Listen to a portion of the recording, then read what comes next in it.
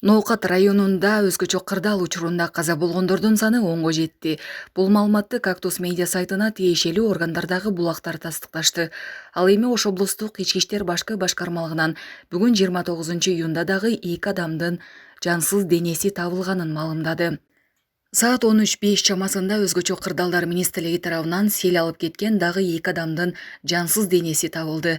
Өздүгү такталууда. Башкармалыктан белгилешкендей, издөө иш-чараларынын натыйжасында буга чейин 4 жарандын жансыз денеси өзгөчө кырдаалдар министрлиги тарабынан табылган. Буга чейин өзгөчө кырдаалдар министрлигинин басма сөз кызматы селден 5 адам каза болуп, дагы 2 дайынсыз болуп жатканын билдирген.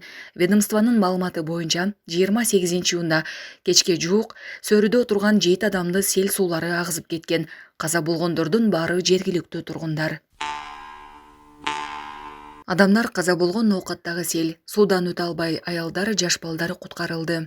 Кече 28-июнда Ноокат районунун Апшырата эс алуу жайында жүргөн селден улам өтө албай калган адамдар куткарылып жатат. Бул тууралуу өзгөчө кырдаалдар министрлигинен кабарлашты. Куткаруучулар Апшырата эс алуу жайынын жогору тарабында өтө албай калып калган жарандарды куткаруу максатында тактайлардан көпүрө жасап, 180 кишини дарыядан алып өтүп, коопсуз жерге көчүрүү иштери жүрүүдө. Селден кесепеттен Апшырата эс алуу жайынын жогору тарабында калган 900гө жакын адам суудан өткөрүлүп, үйлөрүнө жеткирилүүдө. Бул тууралуу президенттин Ош облусундагы өкүлчүлүгү кабарлады. Маалыматка караганда ал жакта 1400гө жакын жаран суудан өтө албай калышкан. Жеринде облус, район жетекчилиги, өзгөчө кырдаалдар министрлиги, ички иштер министрлиги, медицина кызматкерлери, жергиликтүү тургундар куткаруу иштерин жүргүзүүдө. Ал жакта жабыркагандар жок, баары аман-эсен деп жазылган маалыматта. Селден жабыркаган Ноокатта азык-түлүк жөнөтүлдү. Сел жүргөн аймактарда жарандарды куткаруу жана коопсуз жайга көчүрүү жумуштары жүрүүдө. Мындан сырткары жергиликтүү бийлик менен биргеликте Кызыл Кая шаардык өзгөчө кырдаалдар башкармалыгынын башчысынын жетекчилигинде сел жүргөн аймактарда жабыркаган жарандарга экипорттор менен азык-түлүк жеткирүүгө жөнөп кетишти.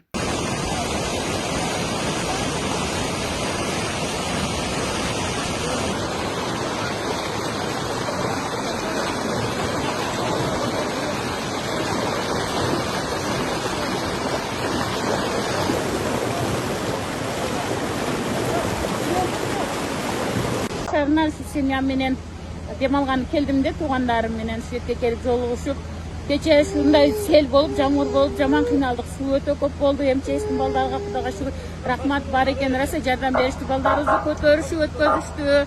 Памперс, бардык түндөлөрү кабар алышып, бизге жардам беришти. Жаман ыраазыбыз, өмүрлөрү узун болсун бардыгына. Сонун жаңылык. Сиз билген жана иченген Умбем клиникасы эми сизге дагы да болсо жакыныраак болду.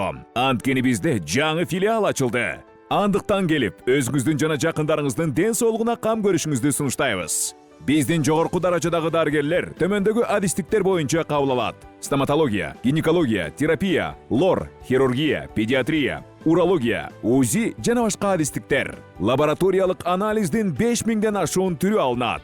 Жогорку даражадагы стерилизациялоо. Биздин дарек ВДНХ метросу, Кондратюка көчөсү 2. Телефон номерибиз 8925 103 22 55. Кабыл алууга алдын ала жазылып келүүңүздөрдү суранабыз. Умбем клиникасы. Сиздин ден соолугуңуз, биздин камкордук. Өз алдынча баскандан кыйналгандар, улгайган жарандар тик учак менен эвакуацияланууда.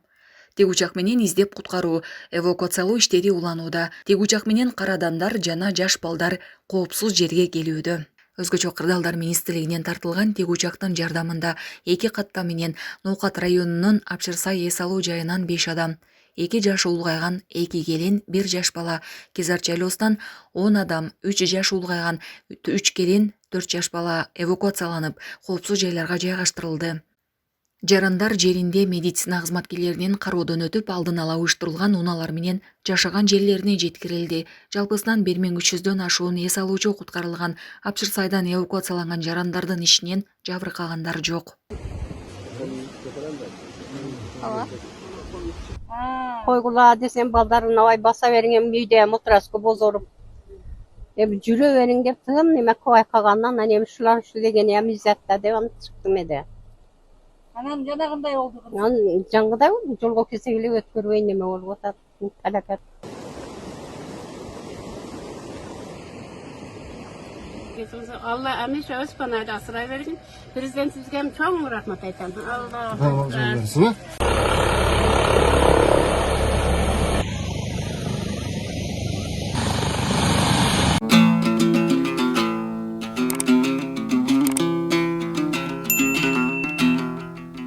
Аэрономат Кыргыз авиакомпаниясынын 27-июнда Москва Ош багытында уча турган учагы бузулуп калып уча турган 200дөй жүргүнчү 2 күндөн бери аэропортто уча албай турганын айтышып, Садыр Жапаровго видео кайрылуу жасашты. Аэрономат Кыргыз авиакомпаниясы сайтына жайгаштырган маалымат боюнча, учагы бузулуп калганын жүргүнчүлөр билетин 100% кайтарып акчасын алса болорун же кийинки рейстеги башка билетке алмаштыраларын жазып кечирим сурашкан. Бирок жүргүнчүлөр билеттин акчасын сразу кайтарбай жатышканын айтып даттанышкан. Урматтуу Садыр Нуркожоевич, биз Москвадабыз. Бүгүн числонун 29-у 6-ай.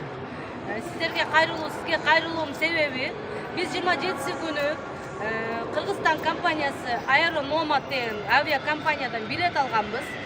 27 күн эртең менен учмакпыз. Ошо бойдон турабыз дагы эле, уч алган жокпуз. 27 кечке түнкү саат 12 чейин турдук. Мына 200 адам, бир рейсте 200 адам. 200 адамдан бала чакалар ошончо, аксакалдар ошончо. Бирөөнө өздөрүн жаман сезгендер бар, боюнда бар аялдар бар. Скамейкага жата калат, башка болот. Бизди кууп чыкты. Биринчи күнү аэропорттон айтты. Атмен агылып кеткиле деди. Акчасы барлар билет алып кете алат экен, акчасы жоктор ошончо адам кайра мына 29 күнү эси авиакомпания иштебей, самолеттор болбогондон кийин эмне себептен кайра 29-на не кылды? Жылдырды. Биз уже мына жактагы авиакомпания, Москванын авиакомпаниясынан, аэропорттун эмесинен бүт баарына кайрылдык, эчтеке кылбай атат, бизди тупо тоготпой атат. Ошол себептен сизге кайрылуубуз. Биздин ошол авиакомпанияга кайрылып өзүңүз биз возврат кыла турган болсок, бардык көпчүлүк где-то жок дегенде 70% или 80% адам эме алганбыз деп атат. Онлайн алганбыз деп атат билетти. Онлайн алгандар возврат жок. Если сайтта официально отмена деген нерсе болбогондон кийин бизге билет кайтып бербейт экен. Бул күмөн. Бир айдын ичинде аласың деп атат. Ал күмөн уже биз алабызбы, албайбызбы? Акчасы бар адам ладно, күтүп там албайбы? Акчасы жок адамдар кандай кылат ошондо? Дагы эмне дейбиз? Дагы эмне айтышым келди? Бизди учурушсун бүгүн. Ошого өзүңүз бир чара колдонуп койсоңуз. Бүгүнкүлөрдө ham айтышты. 29-нан бери тамам. Авиакомпаниядан самолет арендага алып бизди жөнөтсүн Кыргызстанга. Биз уже 2 күндөн бери мына Москвада мына аэропортто жүрөбүз түнөп. Кыргызстандын 200 гражданы 2-3 күндөн бери ушу аэропортто жатат.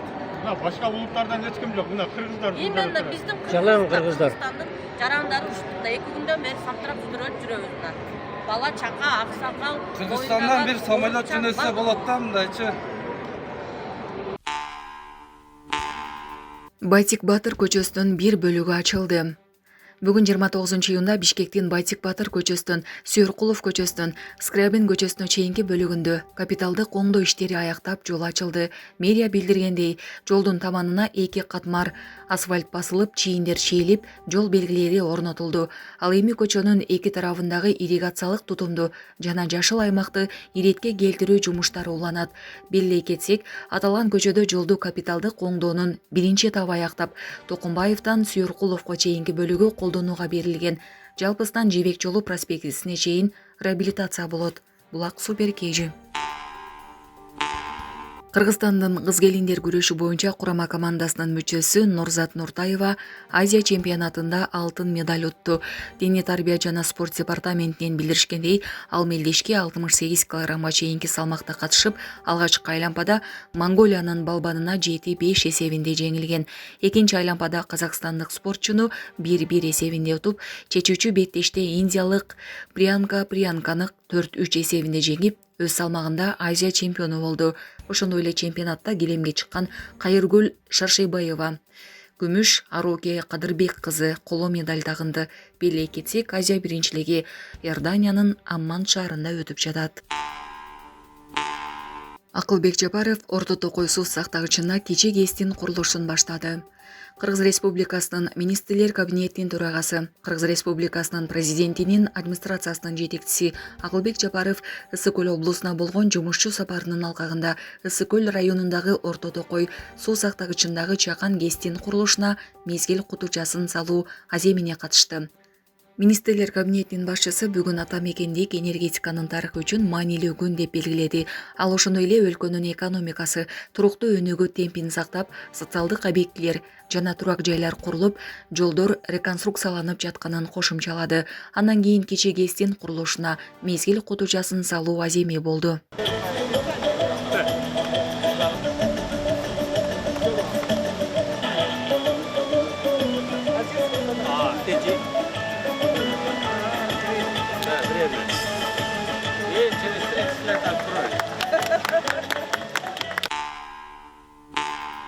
Кочкордо 5000 батирлүү ипотекалык турак жайдын курулушу башталды.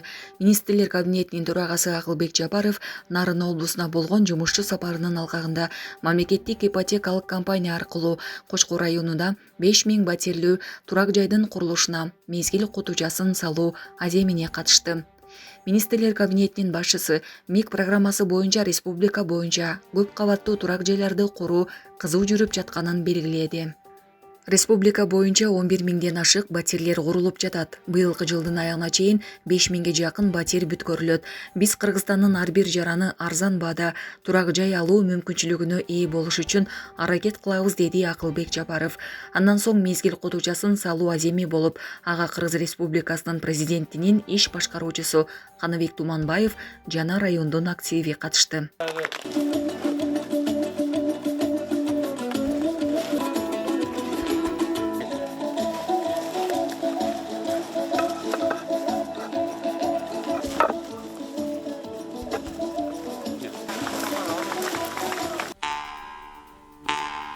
Министрлер Кабинетинин башчысы Акылбек Жапаров Нарын облусунун активине өлкөнүн социалдык экономикалык өнүгүүсү жана мамлекеттик программалардын аткарылышы тууралуу маалымат берди. Бул тууралуу Министрлер Кабинетинен билдиришти. Президентибиз Садыр Жапаровдун командасынын ишинин жыйынтыгы менен бөлүшөйүн деп келдим. Кочкор районуна 5000 орундуу турак жайдын курулушуна жаңы эле капсула салынды. Пенсиялар көбөйтүлүп, октябрь айынан тарта анын жалпы суммасы 6900 сомдон кем эмес болот. Медицина кызматкерлеринин эмгек акысы жогорулатылды, деди ал. Нарын облусуна болгон жумушчу сапарынын алкагында облустун активи менен болгон жолугушууда инфраструктураны өнүктүрүү, билим берүү жана саламаттыкты сактоо, ошондой эле жаңы жумуш орундарын түзүү маселелери да козголду. Бул жагдайда Акылбек Жапаров жумушчу күчүнүн жетишсиздигин белгиледи. Анын айтымында бул көптөгөн тармактарда өзгөчө курулуш жана жеңил өнөр жай тармагында байкалат. Жыйындын соңунда Акылбек Жапаров жыйындын катышуучуларынын суроолоруна жооп берип, административдик аймактык реформанын жыйынтыктары менен бөлүшүп, коррупцияга каршы күрөшүү боюнча мамлекеттик чараларга токтолду.